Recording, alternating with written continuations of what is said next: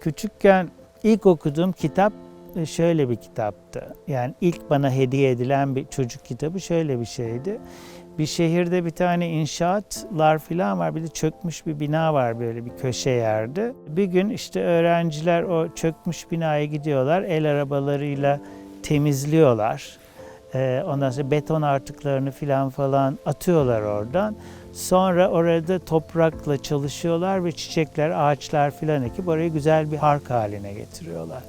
O benim beynimi yıkamış herhalde. O zamandan beri ben böyle bahçe, çiçek, bitki filan hep öyle oldum zaten. Okulda biyolojim de çok iyiydi onun için. Yani biyolojisine kadar bitki hep merakım olan bir şeydi zaten. Doğanın döngüsü, bir şeyler ölüyor, tekrardan doğaya gidiyor. Ondan sonra doğa daha tekrardan gübreye dönüşüyor, tekrardan onda hayat çıkıyor. Mehmet Ali Bey benim babamın dedesi. Bizim ailede normalde aile hep geçmişte çoğunlukla erkekler asker kökenli. Neredeyse tamamı yani asker kökenli.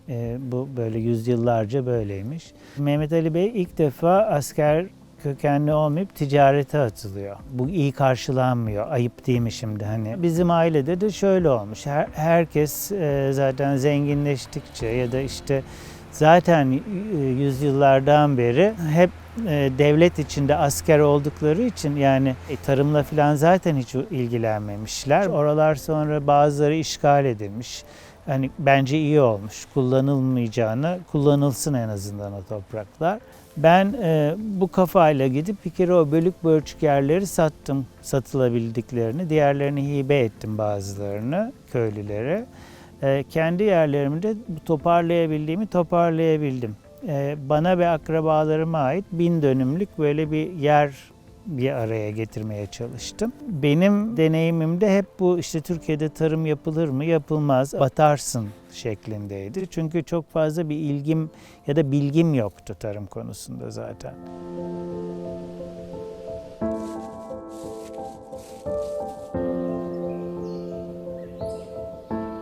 En son Kuzu filmini çekerken gidip toprakları falan gördüğüm vakit bunun hani ne kadar yazık olduğunu anlamaya başladım. Bir de Kuzu'yu çekerken tabii mekan gezdiğim için sürekli arabayla giderken mesela işte belediye o zamanlar bize destek olmuştu. Belediyenin şoförü hep tabii biz eski Erzincanlı olduğumuz için orada biliniyoruz.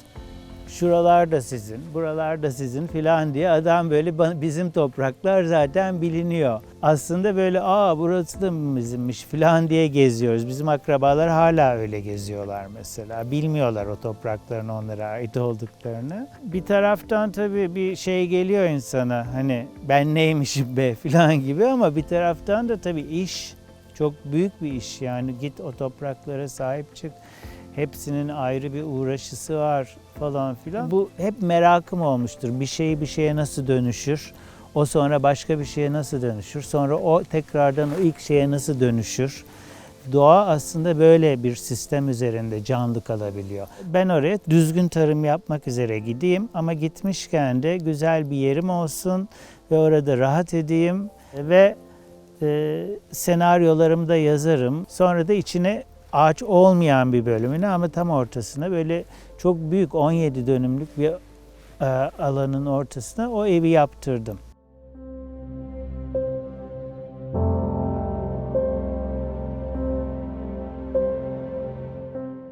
Ya Kutlu zaten arkadaşım. Eline doğdum. Anneler babalar bizim arkadaş çok. O yüzden kendimi bildim bileli Kutlu'yu tanıyorum. Kutlu'nun Erzincan'daki bu çiftliğinden her zaman haberdardım. Doğduğumdan beri hiç gitmemiştim. Sonunda o burada işte kendine vakit geçirebileceği, bir takım sanatçı arkadaşlarını ağırlayıp onlarla farklı multidisipliner çalışmalar yapabileceği bir mekan oluşturmak istedi. Bir dağın tepesinde dümdüz, hiçbir kentsel veri olmayan bir köyün bir yerinde ağaçlar, çalılar, bir dere akıyor filan ama doğal veri de fazla yok. Ancak işte baktığı yön işte Munzur Dağları'nın oradan güneş batıyor, işte turuncu oluyor, işte nereye bakalım, oraya bakalım, buraya bakalım gibi oluşmuş bir inşaat teknolojisi yok. Bir tarihi dokudan bahsedemeyiz. Şehir zaten depremlerle hafızası silinmiş. Son 50 defa, 50 yılda kaç deprem geçirdiyse zaten travmatik bir yer. O zaman dedik ki biz bu travma üzerinden yola çıkalım. Buraya yapacağımız binayı biz getirip burada kuralım. Yani yerel hiçbir şeyden faydalanmayalım. Ve burası evet bir sanatçı loftu olacaksa sanatçı loftu gibi endüstriyel havasını korusun. Fakat senin yurt dışından ya da yurt içinden getirip burada ağırlayacağın arkadaşın, eşin, dostun, sanatçılar da burada üretim yaparken işte 1 ay, 2 ay kalmalarını düşünüyor onların orada. Fikir bulamayınca etrafta arayıp çevreden bir şey bulamayınca bağlanacağın, tutunacağın. Kendimiz bir şey ürettik, senaryo ürettik. Bu senaryoya göre de işte evi o zaman çelik yapacağız. İçeriden bütün çelik strüktür olduğu gibi algılanacak. O endüstriyel havayı da bu yansıtacak. Fakat bir şekilde de bu evin bir çiftlik evi, bir doğanın ortasında bir ev olduğunu da unutmamamız gerekiyordu. İlk önce evi yerden yani tabandan biraz kopartmak istedik.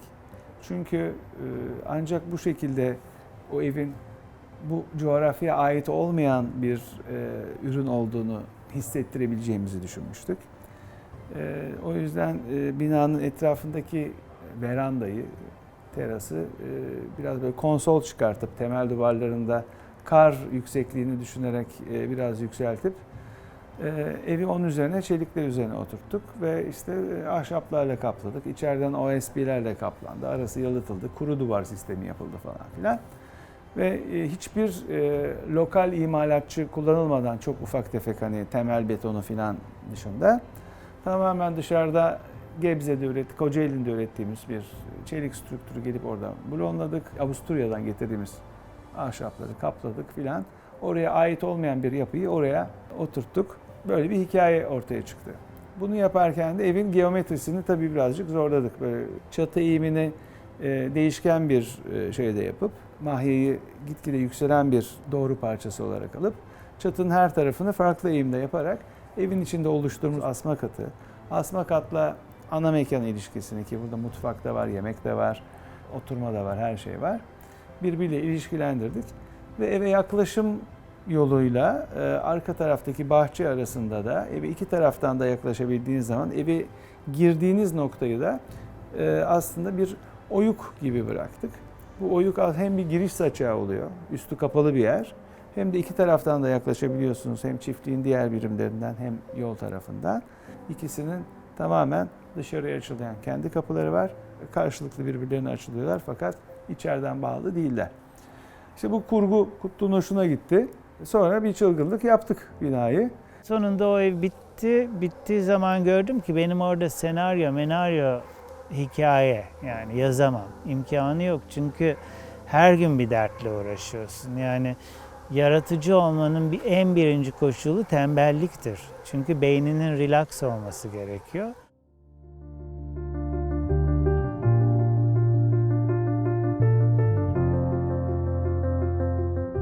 Bir sabah uyandım dedim ki ya dedim yani burada doğanın ortasına geldim. Çirkin çiftlik binaları şunlar bunlar yapıp ben de bir şekilde buraları betonlaştıracağım ve bu hoş bir şey değil. Bunun acaba nasıl başka türlü yapabilirim filan diye düşünürken Hasan Çalışlar'ı aradım. Hasan dedim ben hani bir tek mimar seni tanıyorum, başka mimar tanımıyorum. İsmen biliyorum, bir de Emre'yi biliyorum. Yeni bir bina mı istiyorsun filan dedi bana. İlk binayı da sanat eseri verdim ona. O da bana projeyi çizdi. Biraz kaygılı bir şekilde hani. Ya dedim aklımda şöyle bir şey var. Yani benim çok büyük bir param yok ama ben sanat eseri hediye etsem, sen de küratörü olsan bu işin ve diğer önemli mimarları, gençlere destek olmak istiyorum. Hani böyle pavilyonlar yapsa filan. Hayvanlar için bunu yapmak istiyorum. Çünkü bize hayvanların işte kalacağı işte kazlık, ördeklik, kümes, besi alanı falan filan böyle yerler lazım. Benim burada bir dolu bina yapmam lazım. Fakat bu binaları madem para harcayacağım bari güzel şeyler olsun. Hem böyle ünlü mimarlara yaptırmak istiyorum fakat param yok.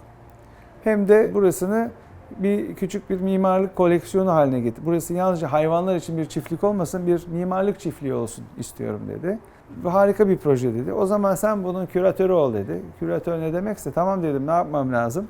Bana dedi burada çalışacak mimarlar bul dedi. Ve biz bir mimar seçkisi oluşturmak üzere birlikte çalıştık.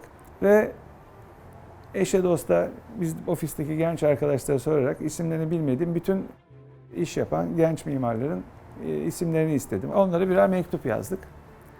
Ve böyle bir projenin içinde dahil olup olmak istemediklerini sorduk. Hepsi çok âlicenap davrandılar. Hepsi olumlu cevap verdi. Diğer taraftan da hani meslekteki eşimiz, dostumuz, abilerimiz, arkadaşlarımız olanlardan Han Tümeltekin, Nevzat Sayın, Emre Erolat falan gibi hani herkesin gayet iyi tanıdığı, mesleki açıdan herhangi bir şey ispat etmeye ihtiyacı olmayan, tanınmış, yetkin, usta dostlarımız, abilerimize de bu daveti yaptık.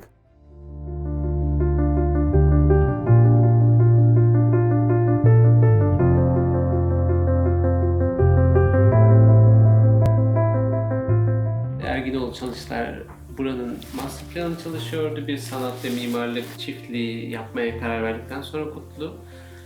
Ve o master plan kapsamında hangi mimarlarla çalışabiliriz diye beraber konuşuyorlar ve bir kısa liste oluşturuyorlar. Liste sonrasında da bize bir davet maili geldi ve sonrasında Kutlu ile tanıştık. Biz de hem çok heyecanlanarak ama bir yandan da çok korkarak projeye başlamış olduk. Hatta ilk toplantıda ben şey dedim Kutlu Ataman'a, kümes mi? Ama ya tavuklar gelmezse, ya kullanmazlarsa falan diye böyle bir aşırı korkmuştuk ikimiz de. Nasıl olabilir, ne yapabiliriz, sorsan sorulmaz. Sanatçı olduğu için gelmezlerse de gelmezler dedi yani. O da müthiş bir cevap aslında. Çünkü normalde herhangi bambaşka açıdan bunu bir üretici için yapıyor. Saydıkta tüyleri diken diken olur. Nasıl yani falan diye. O rahatlık ve aynı zamanda o açık fikirlik çok etkiledi tabii projeyi diye düşünüyorum. Şimdi biz hemen bunun akabinde zaten bir başladık, yani böyle bir literatür var mı? Yani tavuklar nerede yaşar, ne yapar? Sonra bir fark ettik ki böyle bir kümes tasarımı literatürü var dünyada. Ondan sonra onun da böyle bir takım olmazsa olmazları var. Ondan sonra tavukların günlük rutinlerine dayanan bir takım tasarım prensipleri oluşturduk.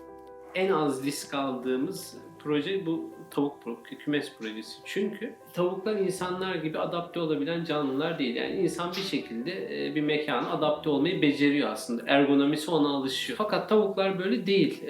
Yani adaptasyon şeyleri çok çok düşük.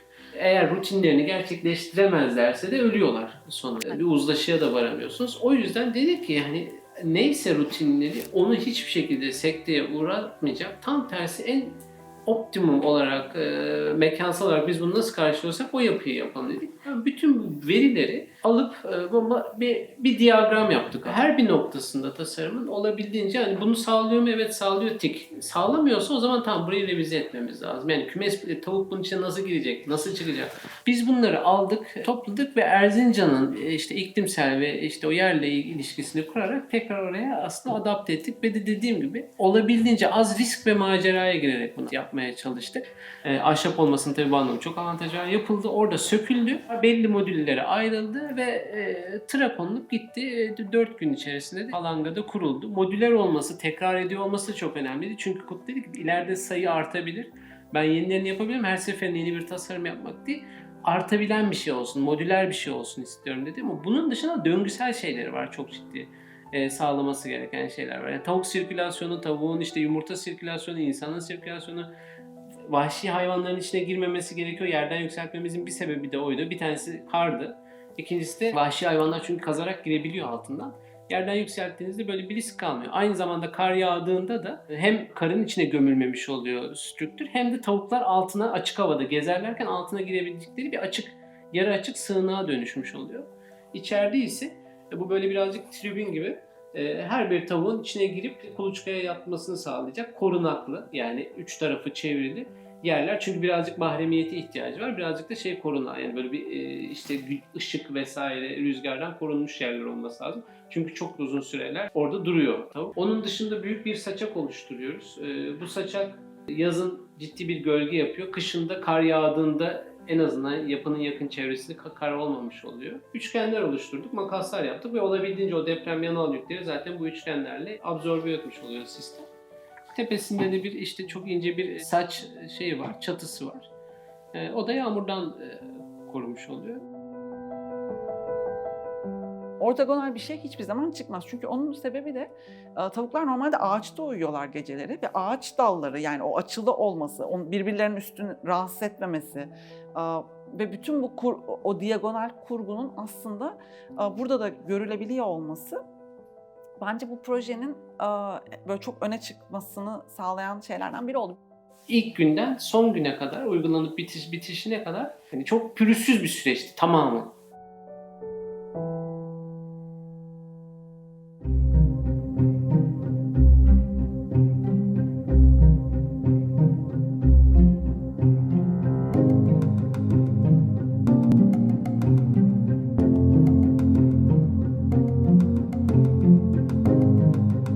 Kutlu Ataman arkadaşımdır.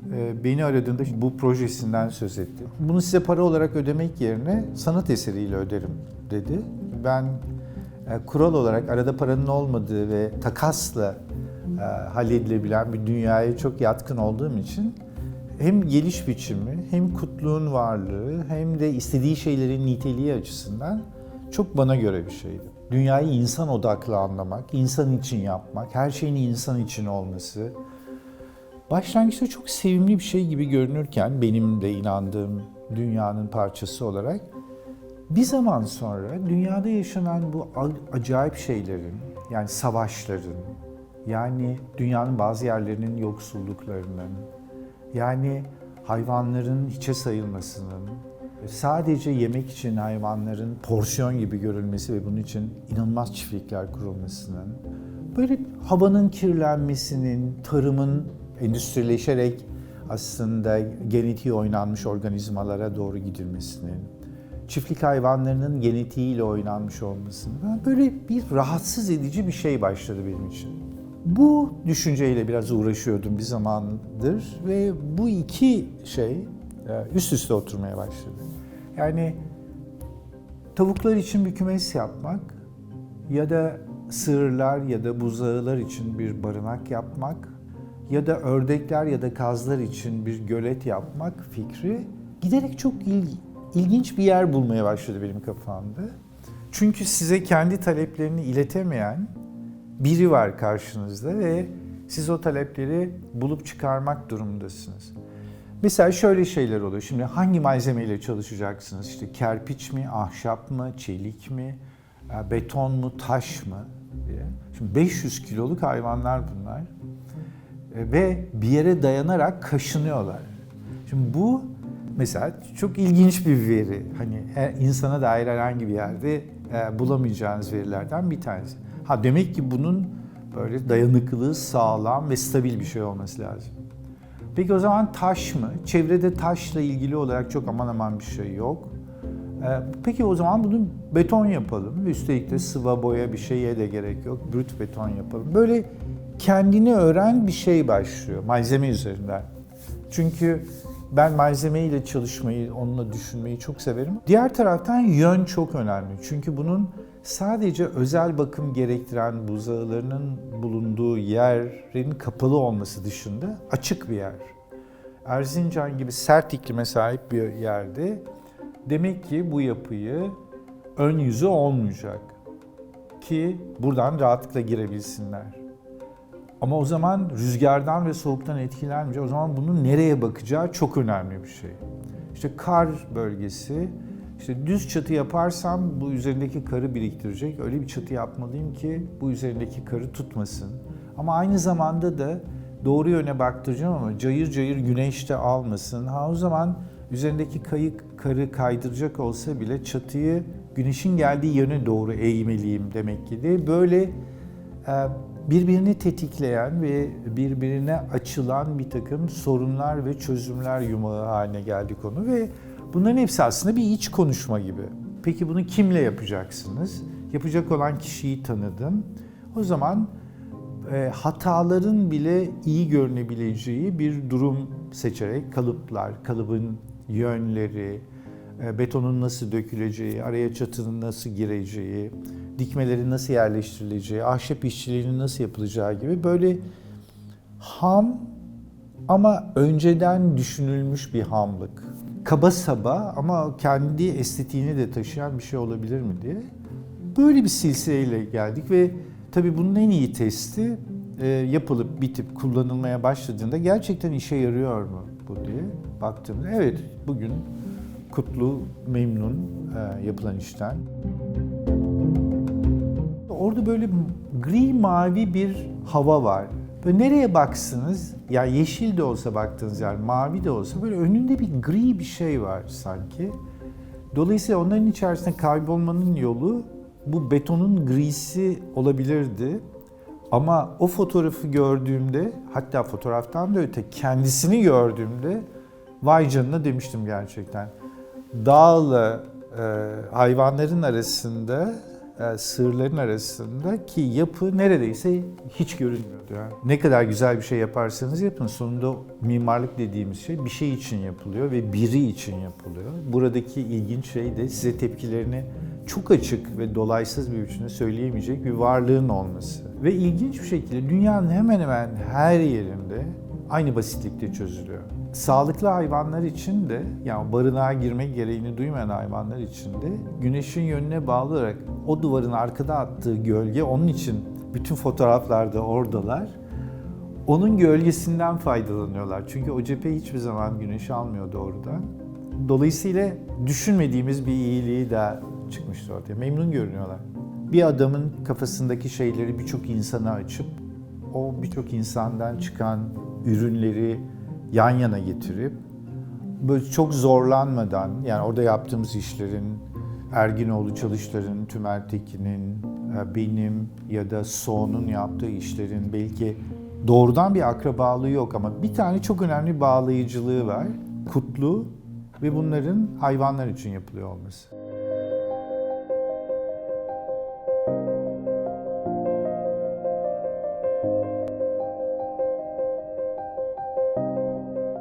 Kutlu aradı ve ilk defa öyle bir proje önerisiyle karşılaşıyordum hayatımda da. İlk kez insan olmayan bir işverenim olacaktı.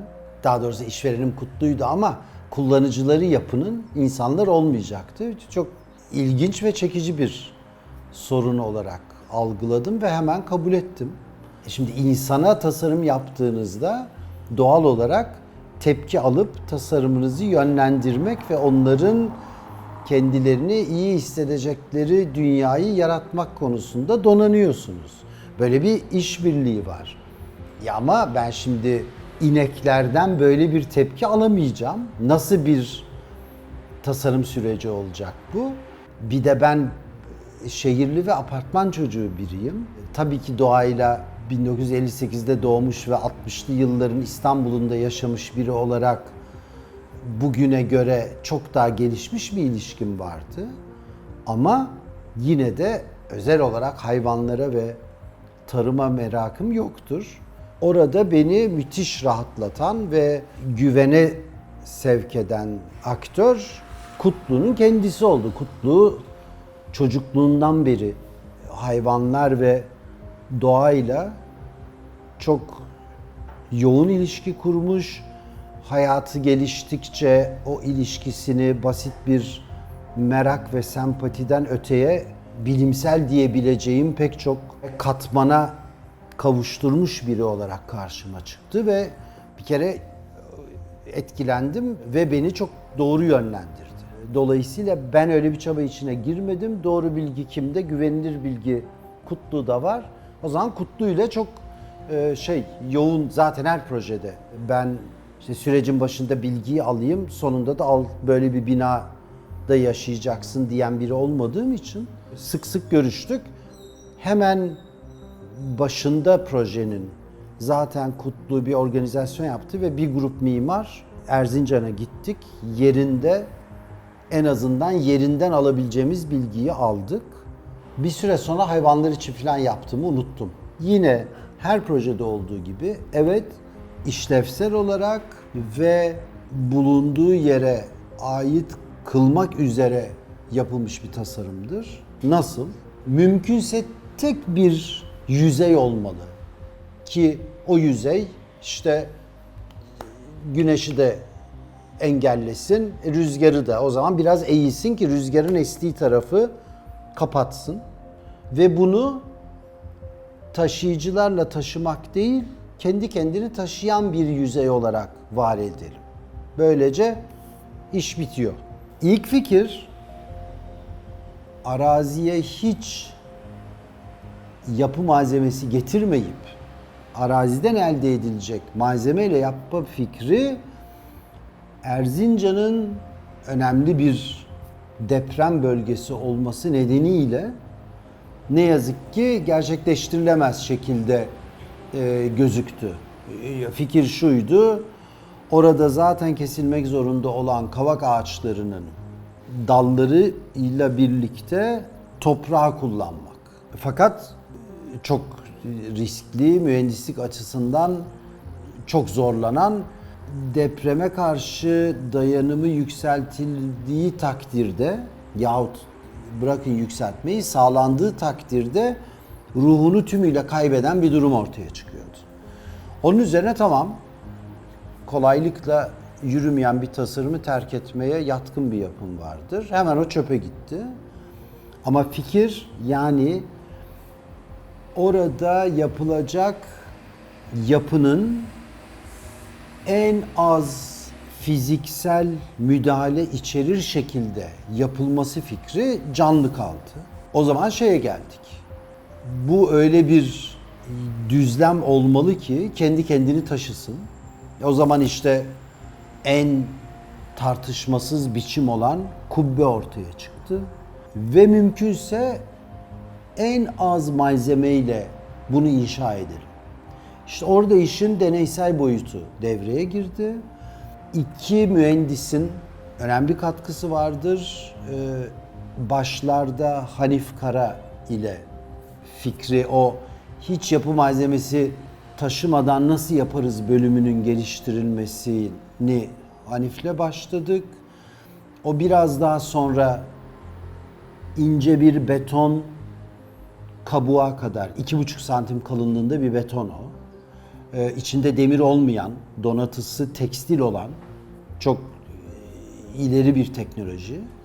Oraya doğru evrilince de Ahmet Topbaş'la projeyi geliştirdik ve onunla sonuçlandırdık. 2,5 santimlik bir betonarmeye kadar geldi iş ve tek bir yüzey, ayrı bir taşıyıcı yok, ayrı bir örtü yok. Her şey sanki işte oraya bir bezi içine biraz hava üfleyerek bırakmışız kadar hafif, yerinde basit bir kalıbı oluşturan tekstili o biçimde tutacak olan çok basit bir inşaat demirlerinden bir konstrüksiyon yapılıyor. Üstüne o şey yatırılıyor, tekstil. Özel bir akışkanlığa sahip ve dirence sahip beton da onun üzerine püskürtülüyor. Bunu bir kamyon geliyor ya, o kamyon yapıyor. Ama yani birkaç saat içinde de bu işlem bitiyor. Yani en az fiziksel müdahale yapılıyor. Ayrıca şantiye süresi de çok kısa. Sürekli orada böyle kalıplar, betonlar, giren çıkan kamyonlar, taşınan demirler gibi hummalı bir faaliyet yok. Bu konuda fibrobetonun teknolojisi ve böyle bir deneye yatkınlığı hayati öneme sahipti. Çünkü herkesle üretilebilecek bir şey değil bu. Tabii onu deli gibi merak ediyor insan. Beğendiğini nasıl ifade eder bir inek mimarına? Sonrasını gidip bizzat izleyemedim ama Kutlu'nun kuracağı cümleyi bekliyordum, sormadım. O konuda çok şeydim, kendimi tuttum. Sonra aylar sonra Kutlu dedi ki, bir şey attı, WhatsApp mesajı. Hayvanlar benimsediler dedi. Bir de o Kutlu'nun katkısıdır. Mimar sanatçı işbirliği oluştu. Dedi ki şeyi yapsak, üzerlerine çeşitli metal tozları serpsek ve zamanla onların hava koşullarıyla okside olarak renk ve dokularının değişmesi üzerinden zamanı okusak yapılarda. Katıldım bu fikre çünkü dediğim gibi benim o zaten her yapıda beklediğim zaman katmanını daha görünür kılacak bir öneri olarak benimsedim ve zamanla onlar oluşuyor. Arada fotoğraflarını atıyor bana. Tatlı tatlı o süreçte ilerliyor. O bilinmez bölümü işin. Yani 10 yıl sonra nasıl bir kabuk göreceğiz orada onu bilemiyorum.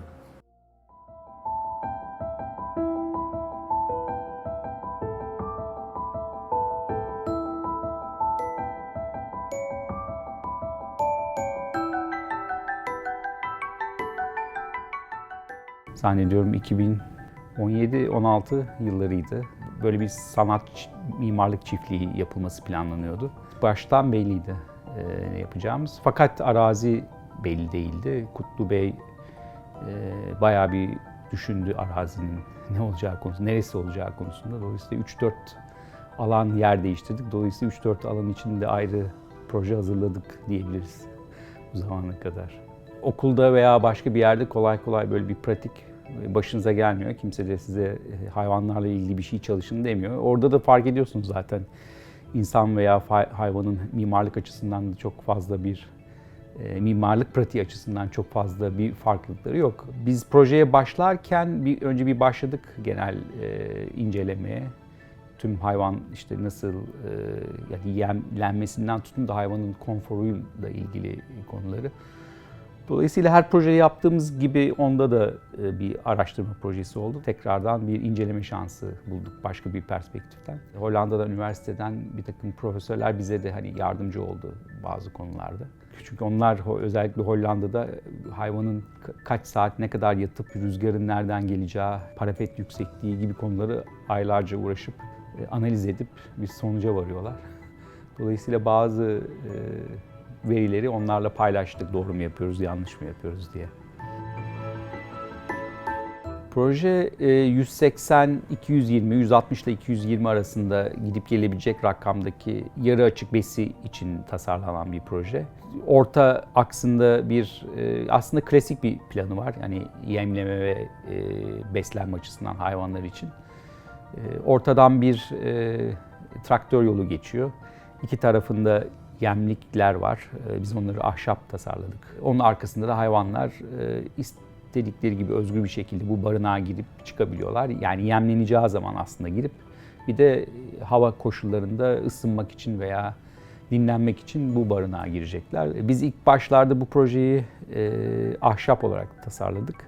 Fakat o bölgede uzun hava koşullarında, yani ağır hava koşullarında uzun sürebiliyor kış koşulları. Yıpranması vesairesi gibi konuları düşünerekten hem de Kutlu Bey'in de biraz daha estetiğine ve uygun olaraktan en sonunda betonerme olmasına karar verdik. Biraz daha da ekonomik aynı şekilde. Ama zor bir strüktürdü. Tabii deneysel bir çiftlik. O yüzden birazcık bu strüktürel denemeleri yapma fırsatı bulduk. İlk başta ahşap strüktür tasarladık. Sonra çeliğe çevirdik. Çelik de aynı şekilde hesaplandı. En sonunda başka bir formda son bir dokunuşla biraz daha Japon kağıt sanatına ithafen biraz daha katlanabilir bir formu tercih ettik. Aynı zamanda bu depreme dayanıklılık için de güzel bir koşulları sağlıyordu. Hoşumuza gitti. Bir takım ondan sonra üzerine işte betonermenin ince kalabilmesi için ben ona elmas şeklinde diyorum. Betonerme içe doğru üçgensel biçimde mesnet ağırlık noktalarından genişliyor. Bir takım strüktürel dokunuşlarla son formunu verdik. Proje hem narin hem ağır, hani bakıldığı zaman çok ince bir betonerme strüktürmüş gibi gözüküyor. Öyle zaten. Fakat tabii bazı zorlukları da var yapımsal olarak. Aslında ilk başta prekast olarak düşündük ama tabii koşullar orada onu el vermedi. Daha ekonomik olmayacaktı. Dolayısıyla yerinde döküm kalıplarla yapıldı. En önemli şey projedeki hayvanların içeri girdikleri zaman, yoğunlaştığı zaman gaz çıkartıyorlar, nefes alıyorlar. Ve oldukça havayı kirletebiliyor. Kendi ortamını kirletip kendilerini zehirleyebiliyorlar. Dolayısıyla orta aks bizde açıktır. Belli bir eğimle, ventilasyonla havayı emip yukarı çeker. Aslında bu tip örnekler daha hani çiftçilerin daha zayıf bir şekilde yaptığı örnekler de Erzincan'da mevcut. Biz onu alıp birazcık daha derleyip toparladık. Biraz da mimari deney haline getirdik. Strüktür olarak ne yapabiliriz diye.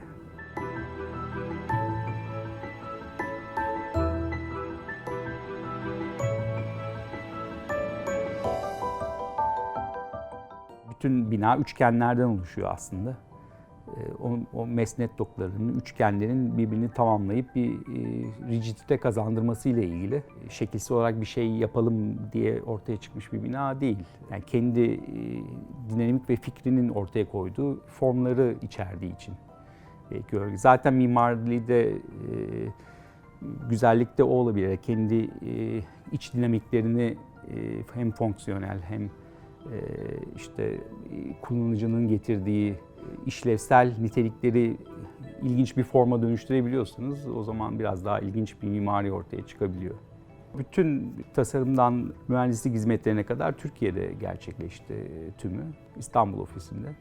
Ahmet Topbaş bizim statik mühendisimizdir. Onun katkılarıyla işte ince ve narin bir şekilde yapmak, hatta bazı şeylerde cüretkar bazı betonarmenin bitiş noktaları. Bu konuda memnunuz yani çalıştığımız ve ürettiğimiz üründen. Mimar zaten bazen sürprizler de üretebiliyor. Her şeyi tahmin edemiyorsunuz. Yani strüktürel olarak yola çıktığınız bir ürün, işte arkadaki peyzaja baktığınız zaman dağları ve bizim işte strüktür ürettiği üçgensel çatı formları tamamıyla bir tezat oluşturuyor. Bu aynı şeydeki gibi işte Space Odyssey'deki şu an yapıyorlar ya çölde monolit. O tamamen insan bilincinin ürettiği bir rasyonel üçgensel formlar. Çok güzel bir tezat oluşturabiliyor peyzaj içerisinde. Tabii bunları biz yaparken biliyoruz, tahmin ediyoruz böyle olacağını renderlardan vesaire. Ama tabii başlangıç noktası strüktürel oluyor sonuçta. O strüktürde bunları da beraberinde getirdiği için zaten benimsiyoruz. Belki başka bir strüktürde tercih edebiliriz yapım veya tasarım esnasında. Dolayısıyla bunlar hep bir deneyin aslında bir sonucu olarak çıkıyor.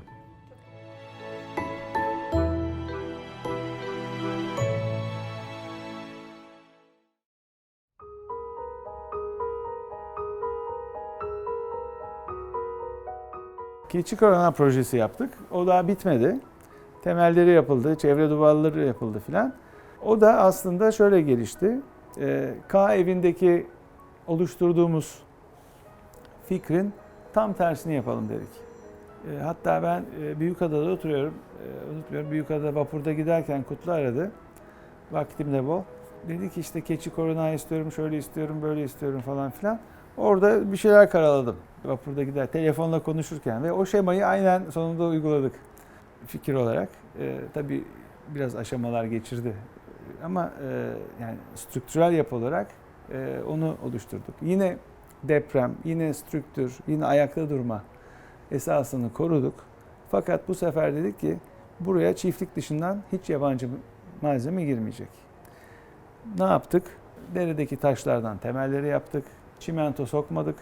Tamamen kireç ve Horasan teknikleriyle yani restorasyon yaparmışız gibi bütün o çevreye yaptığımız istinat duvarını hiç çimento kullanmadan yaptık. Barınağın da 2 tane birbirine geçmiş silindirik kütlesi var. Bu silindirik kütleleri ve ortada da bunu taşıyan bir baca. Baca 4 taraftan havayı alıp içeride sirkülasyonu sağlıyor. Keçilerin oluşturduğu metan gazını bir miktar dışarı atıyor. Bacaya saplanan da ağaçlar var. Bu ağaçlar da çatıyı taşıtacak. Bütün duvarları kerpiç yapma fikri aklımıza geldi. Sıkıştırılmış toprak yani 2 tane kontrplak kalıp arasında içine alçı, kireç ve başka katkıların da konduğu 50 santimde bir arasına file konan ondan sonra üzerine tekrar kompresörle tokmaklanan çağdaş kerpiç örnekleri var. Bunları inceledik. Sonunda bunun çatı kaplama malzemesi gündeme geldi. Çatı kaplama işini bir türlü çözemedik. Çünkü bizim böyle parabolik bir çatımız oluştu. Geometrisi son derece zor. Bunu biz standart bir yapı elemanıyla zaten yapamayız. Yapsak bile konseptimiz dışarıdan hiçbir şekilde malzeme getirmemek. Tamamen oraya ait bir yapı yapma şeyimiz var, tezimiz var. Kara kara düşünmeye başladık. Arkeolojik kazılarda kullanılan bir kerpiç çatı örneği bulduk.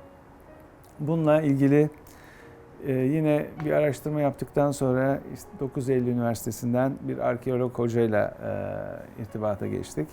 O bize işte buldukları Hitit mezarları falan gibi şeylerin üzerlerindeki çatıları nasıl su geçirimsiz hale getirdiği ile ilgili bir toprak karıştırma yöntemi, yine Horasan gibi, onu öğretti. Şimdi Kutlu'nun çiftliğinde kesilmiş kavak ağaçlarını 1,5 yıldır kurutuyoruz, ilaçlıyoruz ki kurtlanmasınlar diye. Onlardan yapacağımız çatı strüktürünün üzerine bir çuval, jüt geçiriyoruz. Jütün üzerine de bu çamuru anolarla sıvayarak döktüğümüz bir yine toprak bir çatı oluşturma yoluna girdik. Bu tamamen zihinsel bir egzersiz. Hani öbüründe yaptığımızın tam tersini yapalım diye. Zaten Kutlu'nun da istediği arada birazcık bu tür egzersizlere ev sahipliği yapmak.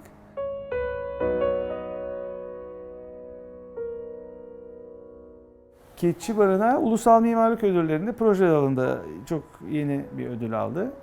Bizi şey yaptı, gülümsetti, sevindirdi. Çünkü hani ayıptır söylemesi, daha önce bu ödülden aldık pek çok defa ama bu kadar küçük ölçekte naif, ete süte dokunmayan bir projeyle bu ödülü almak çok hoşumuza gitti.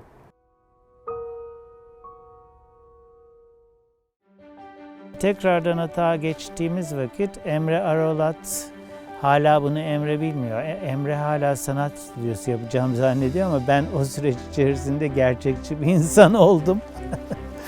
Ve oraya çok büyük bir mutfak kompleksi yapmak istiyoruz. Bunu Emre ve Kerem Piker yapacak. Bir de Cem Sorguç bir müştemilat için bir ev inşa edecek. Bu da benim çok hoşuma giden bir proje. Selin Maner bir güvercinlik yapacak. Kule şeklinde. Ardından Eren ve Mevce Çıracı, Eren'in çok enteresan bir projesi olacak. Biraz ilk başta bir çiçek serası düşündük. Fakat daha sonra bu böyle çok burjuva falan bir şey olacaktı Erzincan için. Çünkü hani eksi 25 derecede niye ben orkide yetiştireyim? Yani dünyanın en saçma şeyi bence. Yetiştirmeye çalışayım. Bunu fidanlığa çevirmeye karar verdik. Bence bu akılcı bir yaklaşımdı. O şimdi böyle rüzgarda havada salınacak bir yapı tasarlıyor. Yok, bayağı bir içimi döktüm galiba. Oldu mu?